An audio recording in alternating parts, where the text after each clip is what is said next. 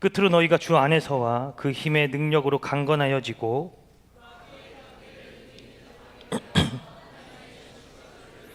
우리의 씨름은 혈과 육을 상대하는 것이 아니요 통치자들과 권세들과 이 어둠의 세상 주관자들과 하늘에 있는 악의 영들을 상대함이라.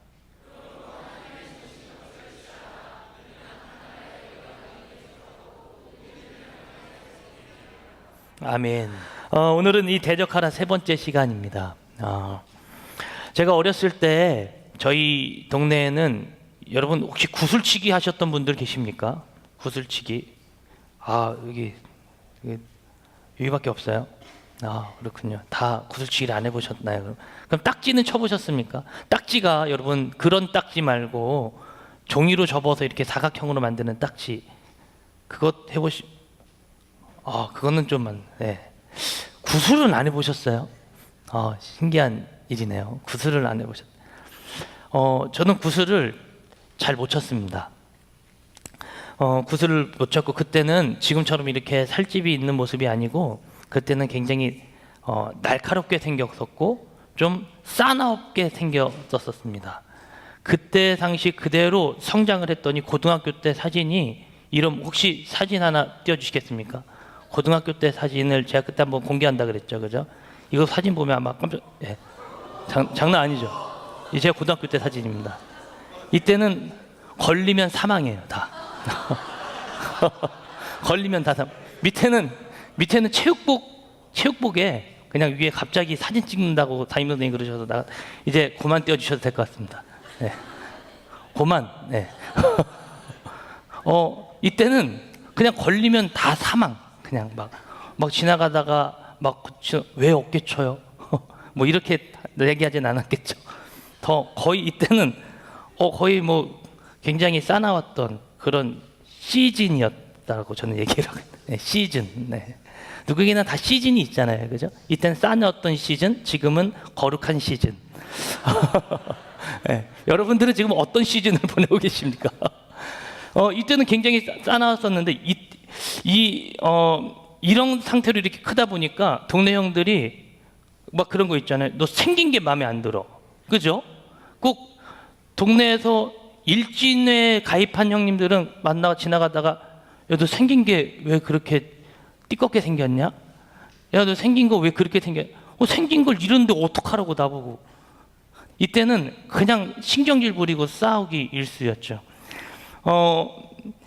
그러니까 구슬을 치다 보면 제가 잘 안 되잖아요. 저 어저께도 약간 축구하다가 그 성질머리가 한번 나올 뻔했어요. 아니, 전방 1대1 골키퍼 1대1 찬스인데 공 한 번 잘못 컨트롤 해가지고 공이 그냥 골키퍼한테 그냥 굴러가 버린 거예요. 근데 제 자신한테 너무, 우리 팀한테 미안한 거 둘째치고 저 자신한테 너무 실망을 해버린 거예요. 그래서 제가 그냥 운동장에 굴러버렸습니다. 소리를 지르면서. 그때 그 느낌, 이 시즌이 저에게 돌아올 뻔했어요. 구슬을 치는데 잘 안 맞잖아요. 그럼 형들하고 구슬 치다가도 형들한테 욕하고 도망가고, 어린 놈이. 그러다가 그 형들이 집에 와서 현관문 흔들면서 야, 신용현 나와. 너 나오기만 하면 너 죽여버릴 거야. 이러면서 형들이 그런 힘들고 어려운 그런 시간이었습니다. 근데 아무도 저와 이 동맹을 안 맺어주는 거예요. 여러분, 깜보라고 알아요? 깜보라는 말이 이게 동네마다 다르겠는데 일명 동맹을 맺어주는 거예요. 내가 그 안에, 그가 내 안에 무엇인지 구하면 다 들어주는, 하나님이 내 안에, 내가 그 안에. 성경 구절에 그런 거 있잖아요, 요한복음에. 이 깜보가 그런 역할이에요, 여러분. 내 구슬이 그의 것, 그 구슬이 나의 것. 내가 잃어도 그가 따주면 그 구슬은 다시 내 것이 되어지는. 근데 동네 형들이 저와 동맹을 안 맺어줘요. 깜보를 안 해줘요. 근데 왜 그랬냐면 제가 이 인상이 좀 안 좋았기 때문입니다. 근데 저희 집 밑에 살던 이귀영이라는 형님이 계셨습니다. 근데 이 형님은 굉장히 착했어요. 내가 인생이 그렇게 안 좋은데도 저와 깜보를 해주셨습니다. 근데 이 형이 구슬을 잘 쳐요. 아주 기가 막히게 잘 칩니다. 여러분 혹시 오보 10보라는 구슬 게임 아십니까? 이걸 알 수가 없겠구나. 진짜 이거 예화를 적도록 하겠습니다. 이걸 왜 긁고 나온 거야, 이거를.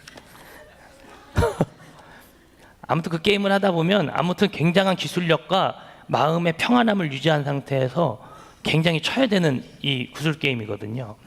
아무튼 그거를 하면 맨날 제가 잃었는데 그 형님은 제가 잃었던 구슬을 다 찾아와 주셨어요. 오늘 성경에 등장하는 이 단어가 하나 있습니다. 바로 능히 대적. 대적하라가 그냥 대적하라는 게 아니고 능히 대적하라는 말이거든요. 한번 본문 말씀 볼까요? 11절 말씀입니다. 6장 11절 말씀 시작. 마귀의 관계를 능히 대적하기 위하여 하나님의 전신갑주를 입으라. 전신갑주를 입는데 어떻게 하기 위해서 입으라고요? 대적하기. 어떻게 대적하는 거예요? 능히 대적하는 거예요. 근데 이 말이 그 다음 구절에 또 나옵니다. 13절 말씀입니다. 다 같이 읽겠습니다. 시작. 이는 악한 날에 너희가 능히 대적하고 모든 일을 행한 후에 서기 위함이라. 능히 대적하라, 능히 대적하라라는 거예요. 그럼 도대체 이 능히라는 말이 도대체 무엇일까요? 바로 이런 느낌입니다. 제가 아까 깜부한 형님과 함께 구슬을 친다 그랬잖아요. 저는 실력이 없어요. 저는 맨날 치면 다 잃어요. 문방구 가서 100원 주고 또 사와야 돼요. 근데 이 형님이 뒤에 있으니까 일명 백업 해주는 거예요, 뒤에서. 제가 아무리 구슬을 이 50볼을 해서 이렇게 멀리 안 날아가도 이 형님이 뒤에 있는 거 보고 그냥 세게 치는 거예요. 아무리 다 잃어도 이 형님이 뒤에서 따줄 거니까. 바로 이게 능히 대적하는 힘입니다. 나에겐 아무 힘도, 힘의 근원, 원천도 나에겐 아무것도 없어요. 그러나 나와 함께 연합하고 동행해 주시는 그분을 믿고 이 땅을 살아보는 거예요. 제가 옛날에 그 남자의 자격이라는 프로그램을 보니까 거기에 김국진 씨가 이때 그 스타 강의 이런 쇼 이렇게 하면서 강연했던 기억을 이렇게 기억이 나는데, 그때 김국진 씨가 이런 얘기를 했던 말이 기억이 납니다. 저와 여러분들은 모두가 롤러코스터를 타고 있다라는 거예요. 근데 이 롤러코스터를 탄 사람들은 뭐 오르막길 내리막길도 있다라는 거죠. 힘들고 어렵고 무서운 장면도 나오는 길이죠, 그죠? 롤러코스터 자체가. 근데 저와 여러분들이 두려워할 이유가 하나도 없는 것은 여러분들 모두 몸에 뭐가 있기 때문이에요? 안전바가 있다라는 거예요. 굉장히 성경적이더라고요. 그 사람 또 얘기하는 거 보니까. 바로 우리들의 삶 가운데 그러한 영향력, 그러한 힘이 바로 우리 뒤에 있다라는 것입니다. 그리고 여러분들을 지키고 계시는 분, 바로 그분이 저는 하나님인 줄로 믿습니다. 여기서 말하는 그 이 능히, 이 능자가 무슨 능자냐면 다 아시겠죠? 능할 능자입니다. 이것은 쉽게 풀어보면 능히라는 말을 검색해 보니까요, 능력이 있어서 쉽게 이긴다라는 것입니다. 어렵게 힘들게 하는 것이 아니고 쉽게 이긴대요. 근데 능히 대적하라라는 이 단어를 보면 사실 우리들이 대적하고 싸우는 가운데 여러분 쉽게 이깁니까? 어렵게 이깁니까? 아니, 패배할 때도 있잖아요. 사실 이기는 것보다 패배할 때가 더 많지 않아요? 매일매일 넘어지는 것이 우리들의 영적 전쟁의 항상 매일매일 나오는 결론 아닙니까? 근데 오늘 성경은 반대로 이야기합니다. 대적하라. 그리고 너희는 승리할 수 있다라고 우리들에게 이 이야기를 하고 있습니다. 어떻게 해요? 그분이 나와 함께 하시니까 능히 쉽게 이길 수 있다라는 거예요. 헬라어 말씀으로 보면 디나마이라는 말을 썼는데 이 디나마이라는 말이 드나미스라는 말로 파생되어졌습니다. 그게 바로 능력, 힘 이런 뜻이죠.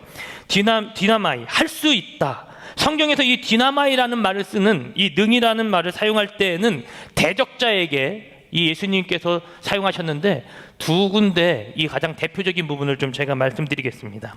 먼저는 바리새인과 사두개인들을 질타하실 때 하셨습니다. 마태복음 3장 9절에 있는 말씀인데요, 내가 너희에게 이르노니 하나님이 능히 이 돌들로도 아브라함의 자손이 되게 할 것이다. 여기서 말하는 이 능히라는 것도, 이 돌 하나도 하나님이 가볍게 하나님의 자녀로 만들 수 있어, 이 말이에요. 가볍게, 쉽게. 그러니까 너희들만 하나님의 자녀라고 너희들이 그렇게 얘기하지 마라는 것입니다. 두 번째 또 보면 마가복음 9장 23절인데요, 자기의 자녀가, 아들이 귀신이 들렸습니다. 그래서 그 자녀가 불에도 들어간다 합니다. 그래서 이 자녀를 예수님 앞으로 데려온 거예요. 이 아이를 좀 치료해 주십시오. 주님, 하실 수만 있으면 좀 치료 좀 해주세요. 그러니까 주님이 얘기하십니다. 마가복음 9장 23절입니다. 다 같이 읽겠습니다. 시작. 믿는 자에게는 능히 하지 못할 일이 없느니라. 이 부분에서는 무엇을 이야기하시냐면 믿음이 없는 자, 연약한 자에게 이야기하신 거예요. 믿음이 있니 없니? 있어? 있으면 이 사건도 능히 이길 수 있는 거야. 이 부분에 대해서 예수님께서 다시 한번 명시를 해주셨습니다. 여러분, 두 군데를 대표적으로 좀 이렇게 살펴봤는데요, 이 두 부류의 공통점이 무엇인지 아십니까? 두 분 다, 두 사람 다 하나님의 능력을 잘 모른다라는 거예요. 사두개인도 그렇고 바리새인도 그렇고 오늘 이 귀신 들린 아들을 예수님 앞에 데려왔던 이 사람도 하나님의 능력, 하나님이 어떤 분인지를 잘 모르고 있다는 것이 이들의 공통점이었습니다. 시편 147편 5절 말씀에 보면 이렇게 얘기합니다. 우리 주님은 위대하시며 능력이 많으시다 라고 이야기합니다. 그분이 어떻다고요? 위대하시고 능력이 많으신 분. 여러분, 위대하다, 큰 일을 하실 수 있는 능력이 있으신 분이라는 거거든요. 그분은 우리들의 있는 모든 상황과 환경 가운데 모든 일들을 그가 능히 해결해 줄 수 있는 바로 거룩한 신이죠. 믿으십니까? 그분이 여러분들과 함께 하고 계시는 거고, 그분이 지금 살아서 이 세계를 통치하고 계신다라는 거예요. 굉장히 가장 간단한 기본 원리 아닙니까? 우리들이 어쩌면 예수를 믿으면서도 가장 쉽고 기본이 되는 이 원리를 등한시할 때가 많다라는 거예요. 오늘 그러니까 대적할 수 있는 힘 자체가 없는 겁니다. 능히 대적할 수 있는데 그 부분을 관가해버리고 무시해버리고, 아니 어떨 때는 잃어버리는 상황 가운데 있으니까요, 능히 대적할 수 있는 힘 자체가 사라져버리는 거예요. 여러분, 혹시 능히 대적하고 있습니까? 가볍게 쉽게 악한 사단마귀를 제압하고 이기고 있습니까? 오늘 성경은 우리들에게 이야기합니다. 너는 능히 대적할 수 있고 능히 할 수 있다. 할렐루야. 이 땅을 살아가는 청년 여러분, 당신들은 하나님의 통치권 안에 있기 때문에 여러분들은 능히 악한 사단마귀와 싸워 대적하여 승리하게 될 줄로 저는 믿습니다. 능히 할 수 있어요. 쉽게 할 수 있어요. 어저께도 축구를 했는데 6시에 했거든요. 남자분들, 축구 좋아하는 분들 토요일 날 오십시오. 네, 아주 극진히 모시도록 하겠습니다. 우리 팀하고 상대 팀하고 근데 잠실교회랑 했어요. 근데 그 팀이 팀을 잘 안 맞춰 오셨었나 봐요. 우리가 아주 능히 이겼습니다. 쉽게. 라이트 윙, 레프트 윙은 그냥 좀 적당히 빠른 애들이었는데 제가 그 생각을 해봤어요. 골키퍼를, 저는 이제 이게 배가 많이 나와서 이제 골키퍼를 이제 하는데 그 생각을 해봤어요. 야, 우리가 오늘 공도 참 열심히 잘 차는 것 같고 참 좋다. 근데 오른쪽에 호나우두가 있다면, 왼쪽에는 메시가 있다면 우리가 어떻게 할까? 정말 쉽고 가볍게 하지 않을까라는 생각을 했어요. 여자분들은 이 느낌이 안 오시죠? 그죠? 예. 여자분, 남자친구가 정혜인이라면, 예. 남자친구가 김수현이라면 뭔가 좀 넉넉하지 않을까? 뭐 때문에 넉넉한 걸까요? 예. 얼굴 때문에, 돈 때문에, 이런 걸 다 떠나서, 그죠? 느낌, 이런 느낌이에요. 그죠? 우리들의 삶 가운데 주님이 정혜인보다, 주님 어떻게 생겼는지 모르시겠지만 정혜인만큼, 아니 호나우두만큼, 아니 메시만큼 그의 능력치보다 더 위에 있으신, 아니 그것을 창조하신, 그것들이 피조물 되는 그런 관계라면, 여러분, 우리들이 그들을 봐도 이렇게 열광하고 갈망하는데 하나님에 대한 열망과 갈망이 있습니까? 많이 식지 않았습니까?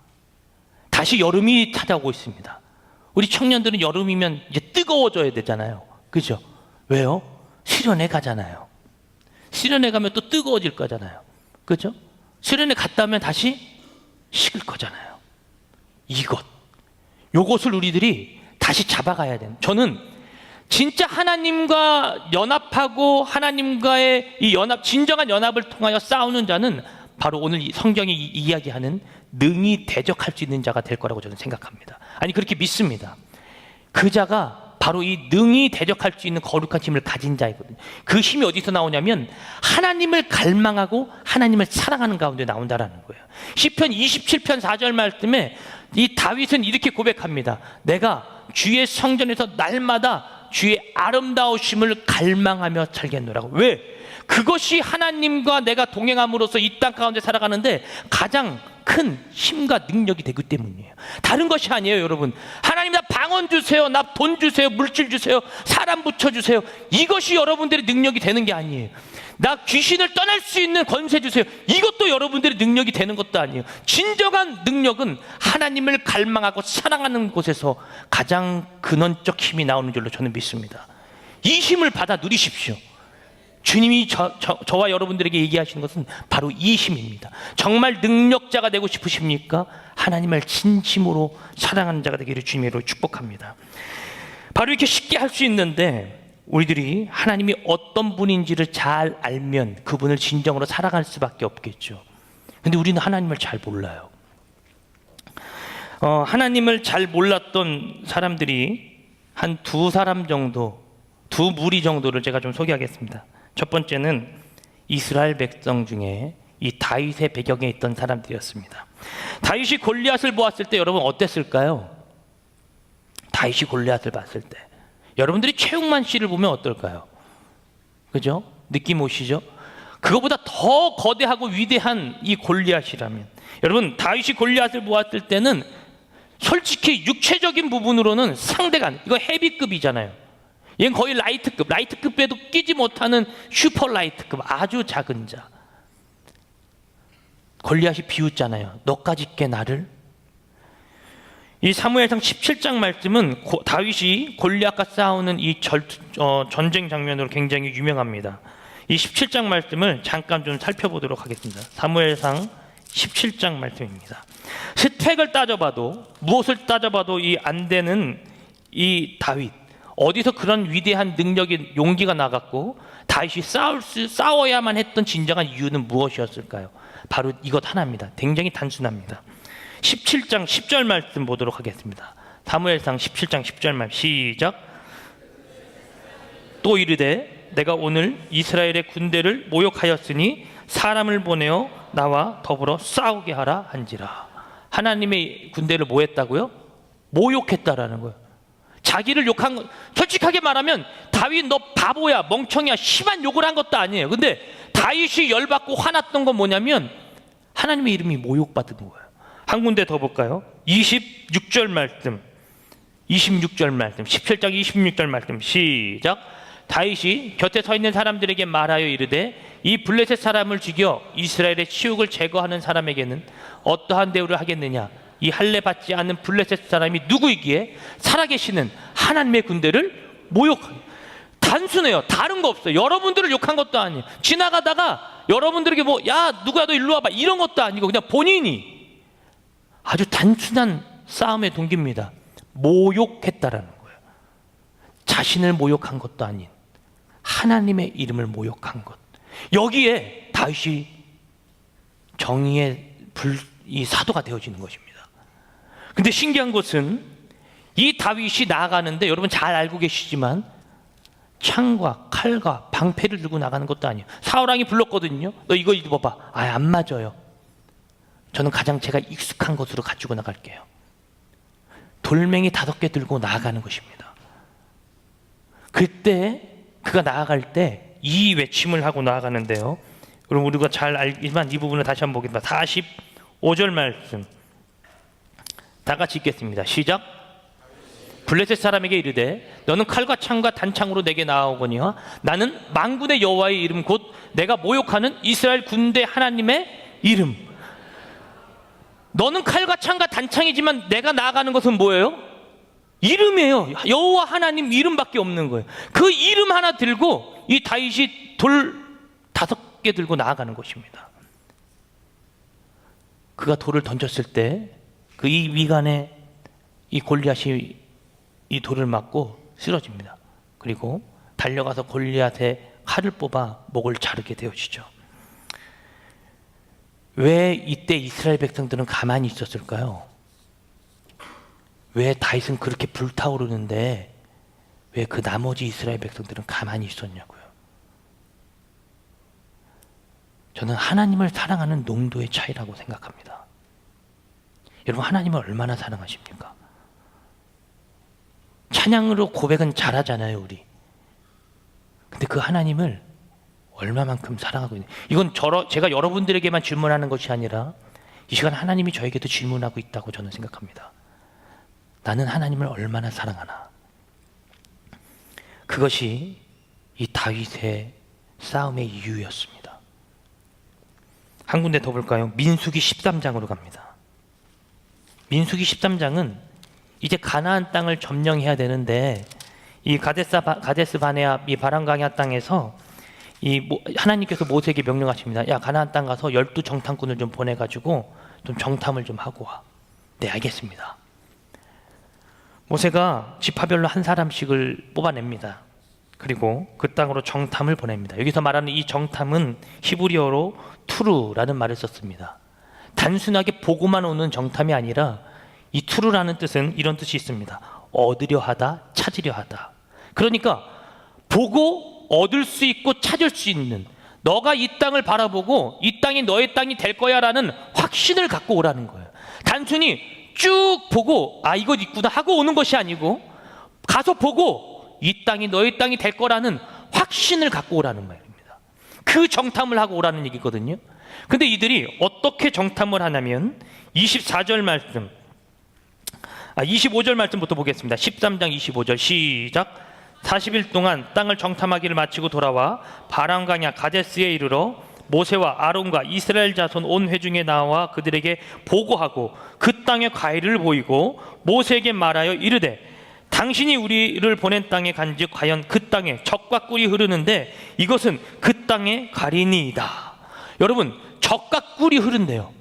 아주 멋진 땅이죠. 가야 될 만한 땅이죠. 이유가 분명하게 생겼습니다. 근데 그 다음 구절 보겠습니다.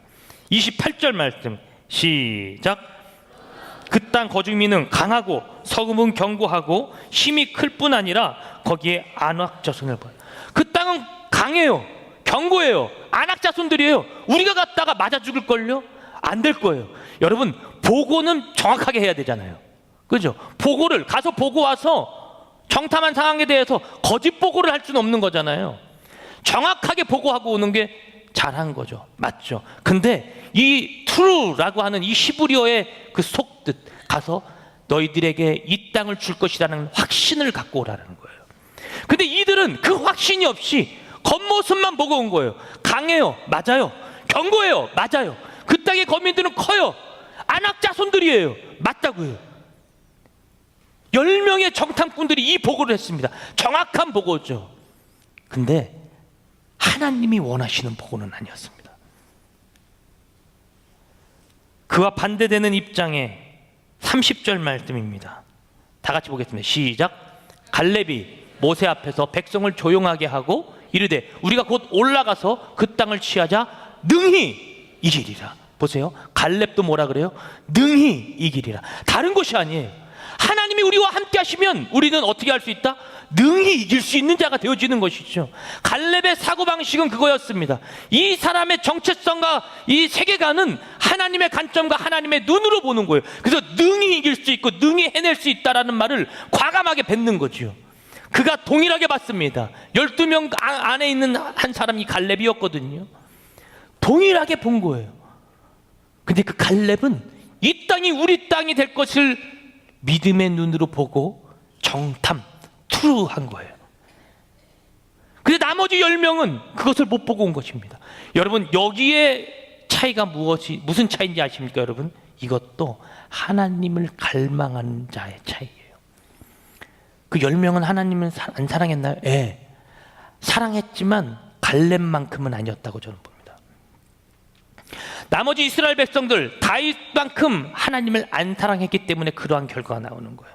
다윗은 몸으로 움직이지만 이스라엘 백성들은 하나님을 그만큼 사랑하지 않았기 때문에, 이 10명의 정탐꾼도 하나님을 그만큼 사랑하지 않았기 때문에, 오늘 이 갈렙은 하나님을 그만큼 열망하고 갈망했기 때문에 이 믿음의 고백, 사랑 때문에 그 싸움을 할 수 있다라고 하는, 능히 나아갈 수 있다라고 하는 이 거룩하고 거대한 고백을 이 갈렙이 하게 되어지는 것입니다.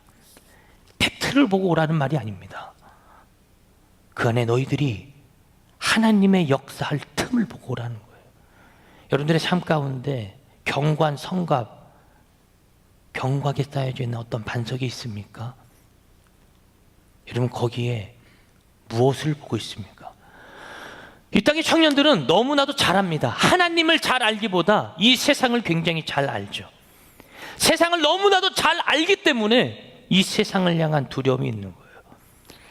하나님을 알고 하나님을 정말로 이 세상만큼, 아니 세상보다 더 뛰어나게 하나님을 잘 안다고 하면 여러분들에게는 여러분들의 가지고 있는 그 능력보다 더 뛰어난 능력과 힘으로 여러분들의 삶 가운데 능히 대적하여 싸워 이길 수 있는 거대한 힘이 여러분들에게 있을 줄로 저는 믿습니다. 여러분들은 충분히 가능성이 있으신 분들입니다. 아니, 가능성이 있는 자들입니다. 이 땅의 많은 문화평론가들이 이 땅에 대해서 평론하고 이 땅에 대해서 부정적 이야기를 던지지만 여러분, 그 이야기에 여러분들 귀 기울이지 마십시오. 이 땅의 사람들은 늘 이 말만 했습니다. 여러분, 민수기 14장 더 볼까요? 8절 말씀, 14장 8절 말씀, 죄송합니다. 2절 말씀부터 보겠습니다. 2절 말씀 시작. 이스라엘 자손이 다 모세와 아론을 원망하며 온 회중이 그들에게 이르되 우리가 애굽 땅에서 죽었거나 이 광야에서 죽었으면 좋았을 것을 어찌하여 여호와가 우리를 그 땅으로 인도하여 칼에 쓰러지게 하려는가? 우리 처자가 사로잡히리니 애굽으로 돌아가는 것이 낫지 아니하냐? 이에 서로 말하되 우리가 한 지휘관을 세우고 애굽으로 돌아가자 하매, 그 안악 자산들을 보고 이들의 마음이 완전히 애굽 땅으로 돌아갈 마음까지 품게 되어집니다. 보세요. 또 더 볼게요. 8절 말씀입니다. 근데 여기에서 이 이야기를 하는 거예요. 갈렙이 이 이야기를 합니다. 8절 말씀 시작. 여호와께서 우리를 기뻐하시면 우리를 그 땅으로 인도하여 들이시고 그 땅을 우리에게 주시리라. 이는 과연 젖과 꿀이 흐르는 땅이니라. 다만 여호와를 거역하지는 말라. 또 그 땅의 백성을 두려워하지 말라. 그들은 우리의 먹이라. 그들의 보호자는 그들에게서 떠났고 여호와는 우리와 함께 하시느니라. 그들을 두려워하지 말라. 두려워하지 않는 거예요. 그분이, 하나님이 우리를 뭐 하시면, 기뻐하시면 저 땅은 우리 땅이 되어진다라는 게 바로 갈렙의 믿음이고 주장입니다. 여러분, 하나님이 우리를 기뻐하기 위해서는 어떻게 될까요? 히브리서 11장 6절 말씀에 보니까 이렇게 이야기하고 있습니다. 믿음이 없이는 여호와를 기쁘게 할 수 있다 없다? 없다라는 거예요. 믿음이 없이는 여호와를 기쁘게 하지 못하나니, 하나님을 믿는 자들은 그가 상 주실 것을 믿고 나아가는 자들이 되어야 된다는 거예요. 그것이 아니고서는 우리들이 이 땅의 싸움 가운데 패배할 수밖에 없다는 거예요. 오늘 저는 3주째 여러분들에게 동일한 본문으로 이 제목을 나누고 있습니다. 대적하라. 어떻게, 어떠한 생각으로 이 땅 가운데 대적하시겠습니까? 지난주에는 여러분들에게 유혹이 찾아올 때 가장 먼저 떠올려야 할 분에 대해서 말씀을 드렸습니다. 오늘은 여러분들이 믿는 하나님이 어떤 분인지를 좀 아셨으면 좋겠습니다. 시편 147편 5절 말씀처럼 그분은 능력이 많으신 분이시고 위대하신 분, 그분이 바로 우리 하나님인 줄로 저는 믿습니다. 여러분, 그 하나님을 우리들이 따라가는 거예요. 아니, 목사님, 너무 뜬구름 잡는 이야기 아닙니까? 예. 뜬구름 잡는 이야기처럼 느껴지는 것 자체가 지금 하나님을 사랑하는 농도입니다. 다시 말씀드릴까요? 여러분들이 만약에 이 이야기를 뜬구름 잡는 이야기처럼 들린다면 여러분들이 하나님을 사랑하는 농도는 딱 거기까지라는 거예요. 근데 이것이 느껴져. 하나님이 살아계시고 하나님이 나의 삶을 통치하고 계시고 그분이 능히 위대하시고 능력이 많으신 분이라는 것이 내 삶 가운데 강력하게 인사이트 되는 분들이 있다면 여러분, 그 자는 하나님을 가장 갈망하고 사랑하는 자인 줄로 저는 믿습니다. 그것이 여러분들의 힘이에요. 그것이 당신의 힘이고 그것이 당신이 이 땅을 살아가는데 가장 큰 힘과 능력이 될 줄로 저는 믿습니다. 그래서 공동체는, 무리는 누가 통치하고 있느냐에 따라 달라집니다. 여러분, 이제 월드컵이 일주일밖에 남지 않았습니다. 기도하고 계십니까? 혹시 기도 제목이 없으신 분들은 제가 기도 제목 드릴게요. 월드컵 놓고 기도하세요. 명단 있잖아요. 사람 이름 불러가면서 대표 이름 한 명씩 붙잡고. 2002년 하면 이 감독이 떠오르죠. 바로 히딩크 감독입니다. 그는 16강에 진출시켜 놓고 우리나라 모든 사람들이 국민이 기뻐했을 때 그는 이 말을 던집니다. 나는 아직도 배가 고프다. 그죠? 정말 배고파도 배가 고픈 게 아니라 승리에 메말라 있다라는 거죠. 그 히딩크 감독이 우리나라에 취임했을 때 2번 경기를 치렀는데 5대 0으로 졌습니다. 그래서 많은 기자들이 별명을 지었습니다. 5대 0 감독. 그게 바로 히딩크 감독의 처음 별명이었습니다. 근데 그는 하나하나 선수들을 다독여가면서 모아가기 시작합니다. 결국 월드컵을 앞둔 3차례 평가전에서 3대2, 3대3, 3대1이라고 하는 아주 멋진 경기에 대해 멋진 경기의 결과를 끄집어내죠. 그러면서 다들 그랬으면 우리나라 이제 할만하네. 그죠? 첫 경기를 이겼습니다. 뭐 되나? 두 번째 경기 포르투갈을 잡았습니다. 뭐 가는 거야? 마지막 경기가 스페인이었나요? 아무튼 이기고 16강 올라가자 다 비더레드, 다 빨간 티 입고 어딘가로 다 모였어요. 나는 그때 쓴뿌리가 있어서 더 이상 그 이후 이야기는 하지 않겠습니다. 나는 남원에서 혼자 숨죽여서 응원해야 됐기 때문에. 여러분, 그 감독이 했던 것은 다른 거 아닙니다. 너희는 할 수 있어. 너희들은 충분해. 너희들은 능력이 있는데. 그 감독이 우리나라 선수들을 평가했을 때는 이겁니다. 외국 선수들은 한 발만 쓴대요. 근데 우리나라 선수들은 양발을 쓸 줄 안다라는 거예요. 이들에게 필요한 건 더 이상 스킬과 전술이 아니라 체력입니다. 그러면서 그 선수들을 끄집어냈습니다. 저는 오늘 여러분들에게도 도전하고 싶습니다. 여러분들의 능력과 여러분들의 어떤 스펙이 부족하다고 생각하지 마십시오. 저는 하나님이 능력이고 하나님이 스펙이라고 생각하는 사람입니다. 그분이 함께 하시면 우리는 부족한 게 없는 거예요. 우리들이 해야 하는 싸움은 끝까지 할 수 있는, 하나님을 끝까지 강력하게 붙잡는 그 갈망의 싸움인 줄로 저는 믿습니다. 그 싸움이 무너지잖아요.